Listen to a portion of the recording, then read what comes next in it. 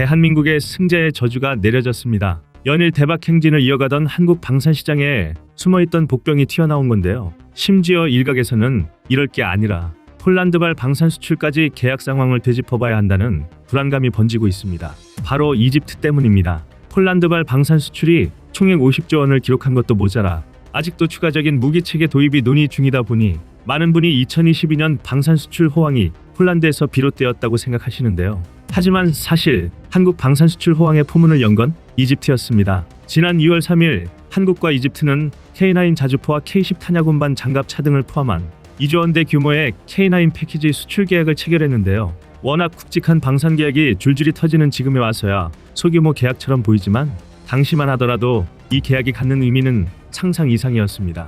우선 금액적으로 2조 원에 달하는 K9 패키지 수출은 자주포 단일 무기 체계로서 역대 최대 금액이었는데요. 게다가 이는 이집트와 무려 10여 년간 이어왔던 초장기 협상의 결실이었습니다.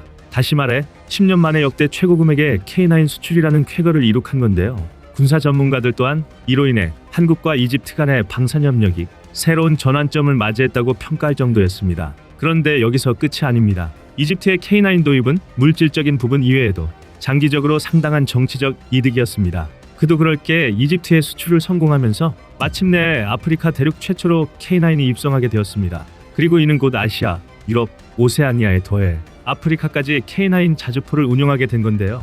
즉, 전 세계를 구분하는 6개 대륙 중 북아메리카와 남아메리카를 제외한 모든 대륙에서 K9을 운용한다는 뜻입니다. 이것이 갖는 상징적 의미는 정말 대단한 것인데요. 작게 보면 그만큼 K9이 모든 전장 환경에서 대응할 수 있다는 뜻이고, 넓게 보자면 전 세계 66% 이상이 K9 자주포를 운용하고 있는 것입니다. 이렇게 말씀드리면 너무 과장이 심하다고 생각하실 수도 있는데요. 그러나 전혀 그렇지 않습니다. 이건 K9이 방산 시장에서 얼마나 많이 선택되는지만 봐도 알 수 있는데요. 실제로 K9의 시장 점유율은 60%가 넘습니다. 심지어 폴란드발 방산 수출까지 원활히 마무리되면 이 수치는 70% 이상으로 치솟습니다. 독점에 가까운 압도적인 수출 물량이 K9의 우수성을 증명하고 있는 건데요. 오죽하면 전 세계 방산업계 관계자들조차 현재 새롭게 도입되는 155mm 자주포는 모두 한국의 K9이다라고 한탄할 정도입니다. 그만큼 이집트의 K9 도입은 한국에게나 국제적으로나 굉장히 커다란 의미를 지니고 있었는데요.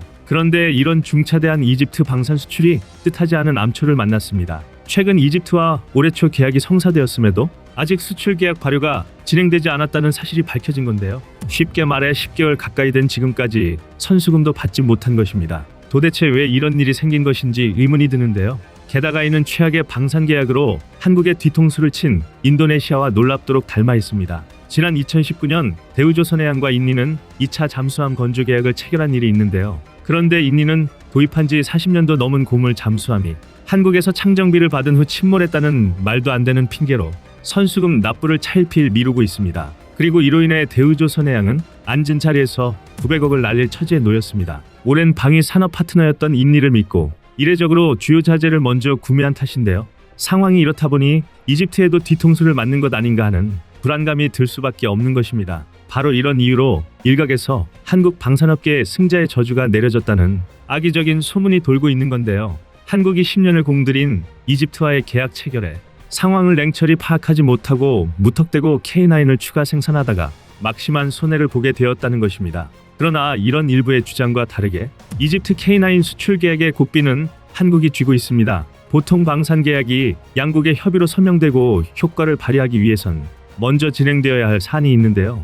한국과 이집트의 계약을 예로 들면 한국이 기술 수출 승인과 계약이행 보증을 내려줘야만 이집트가 선수금을 지불하고 본격적인 K9 수출 사업이 시작될 수 있습니다. 그런데 지금 한국은 이 기술 수출 승인과 계약이행 보증을 망설이고 있습니다. 다름 아닌 이집트의 현재 재정 상태가 파탄 직전이기 때문입니다. 방산 계약은 크게 수출 계약과 사업에 관련된 대출 등 금융 계약이 함께 진행되는데요.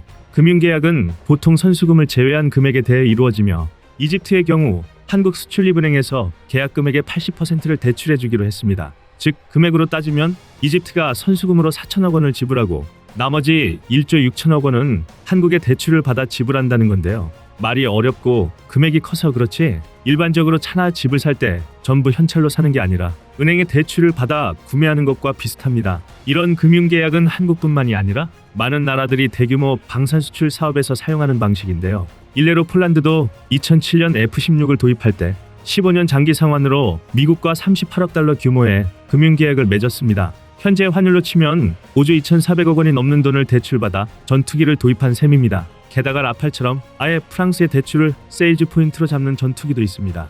이처럼 이례적인 일도 아니고 흔한 방산계약 과정임에도 불구하고 한국과 이집트의 금융계약은 아직도 진행되지 않고 있습니다. 한국수출입은행 관계자에 따르면 계약 만료에 필요한 계약 이행 보증, 선수금 환급 보증 등은 발행해준 상태라고 하지만 이마저도 정작 본계약격인 기술 이전 승인이 떨어지지 않으면 무산될 확률이 높은데요.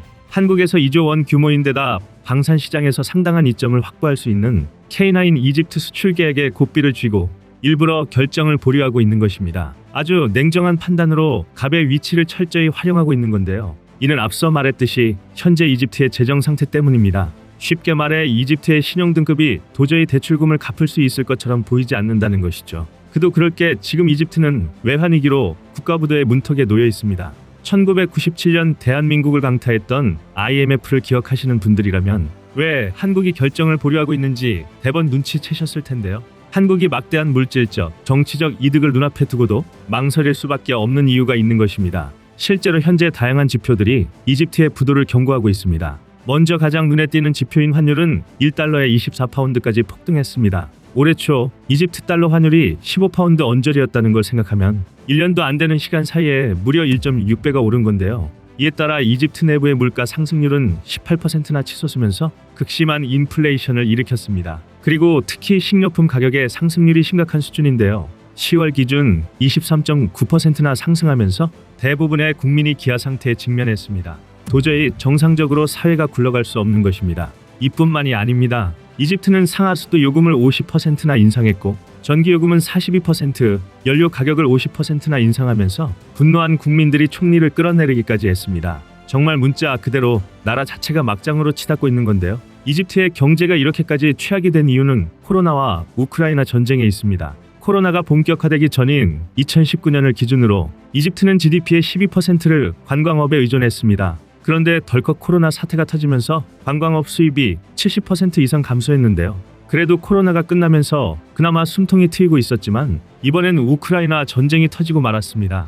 이게 왜 문제가 되냐면 아이러니하게도 이집트에 가장 많이 방문하는 해외 관광객이 우크라이나인과 러시아인입니다. 게다가 엎친 데 덮친 격으로 이집트 밀 수입량의 82%가 우크라이나와 러시아에서 수입됩니다. 그런데 이집트는 황량한 사막만 봐도 알 수 있듯이 식량 자급률이 절망적인 수준이라 전 세계에서 밀을 가장 많이 수입하는 나라입니다. 즉 어떻게든 먹고 살려면 우크라이나와 러시아에서 밀을 수입해야 하는데 정작 그 두 나라가 전쟁 중이다 보니 밀을 수출할 수 없는 것입니다. 이러니 인플레이션이 발생하지 않으려야 않을 수 없는 건데요. 오죽하면 우크라이나 전쟁에서 당사자인 양국을 제외하고 가장 큰 피해를 입은 게 이집트라는 말도 있을 정도입니다. 상황이 어떻게 이처럼 최악으로 맞아떨어질 수 있는지 궁금할 지경인데요. 그리고 이집트 경제 상황이 이렇다 보니 한국 입장에서는 덜컥 이집트에 K9을 수출하고 1조 6천억 원을 빌려줄 수 없는 것입니다. 눈 씻고 봐도 상환 역량을 찾을 수 없는 건데요. 이에 일부 전문가들은 금융계약을 체결한 상태에서 이집트가 부도를 선언하고 K9 수출에 악영향을 미치기 전에 차라리 먼저 발을 빼야 한다고 주장하고 있습니다. 굳이 전문가가 아니라도 이런 선택은 당연하게 보이는데요. 하지만 이에 반대되는 전문가 의견도 있습니다. 오히려 이집트를 믿고 금융계약과 K9 수출까지 과감히 진행해야 한다는 의견이 나오고 있습니다. 장기적으로 보면 이집트는 반드시 한국 경제에 도움이 될 것이라는 주장입니다. 바로 이집트에는 수에즈 운하가 있기 때문인데요. 수에즈 운하는 거대한 아프리카 대륙을 돌아가지 않아도 유럽과 아시아를 관통할 수 있는 유일한 대안입니다. 수에즈 운하를 이용하지 않는 바닷길이 얼마나 험난한지는 아프리카의 대륙봉을 왜 희망봉이라고 부르는지만 봐도 알 수 있는데요. 이는 아프리카 서해안 10,000km를 항해한 선박들에게 드디어 대륙봉을 돌았으니 희망을 가지라는 의미로 지어졌습니다. 이것만 봐도 수에즈 운하를 통하지 않는 게 얼마나 힘든 일인지 짐작할 수 있는데요. 이 덕에 수에즈 운하는 코로나와 우크라이나 전쟁의 여파로 전 세계가 긴축 상황에 돌입한 와중에도 2022년 한 해만 통행료로 무려 9조 원에 달하는 수익을 올렸습니다. 그런데 만약 이집트가 K9의 금액을 치를 수 없게 된다면 한국에서 일부 금액을 이 수에즈 통행료로 받을 수 있을 것입니다. 그렇게 되면 이집트의 외환 볼고와 상관없이 안정적인 수익을 낼 수 있습니다. 혹은 한국 수출입 선박을 대상으로 수에즈 운하의 통행료 면제를 주장할 수도 있을 텐데요. 이는 곧 하루가 다르게 최고가를 경신 중인 한국 시장 물가를 안정화하는데도 상당한 도움을 줄 수 있습니다. 통행료 면제로 전체적인 수입 물가가 낮아지면서 경제가 안정화되는 것입니다. 그리고 굳이 수에즈 운하가 아니더라도 우크라이나 전쟁이 끝나면 결국 이집트의 경제는 정상으로 돌아올 것입니다. 2조 원이라는 돈이 개인이나 기업에는 어마어마한 금액이지만 국가 단위로 치면 감수할 수 있는 금액입니다. 더군다나 K9은 이미 규모의 경제를 이룩한 명품 자주포로 생산업체인 하나디펜스에 돌아가는 타격도 미미한 수준입니다. 단적으로 만약 하나디펜스가 이집트를 믿고 2조 원어치의 자재를 사두었다 하더라도 어차피 폴란드를 비롯한 수많은 세계 시장에 사용하면 그만입니다. 즉 전 세계가 도입하게 해달라고 줄을 서고 있는 K9이 이집트에 선수금을 못 받았다고 휘청거릴 무기 체계가 아니라는 것입니다. 또한 이집트가 최근 FA50 100대 도입 의사를 내비친 만큼 방위 산업의 장기적인 시각으로 살펴보면 이집트와 원만한 관계를 맺어두는 게 나쁘지는 않을 텐데요. 정리하자면 현재 한국은 어느 쪽을 선택하더라도 손해를 보지 않습니다. 차라리 장기적인 이득이 훨씬 많은데요. 이 모든 게 가능한 건 압도적으로 우수한 성능의 무기 체계들 덕분입니다. 그동안 차곡차곡 쌓아온 방산 기술력이 한국의 든든한 보험이 되고 있는 것입니다. 이상 꺼리튜브의 두 번째 미션이었습니다.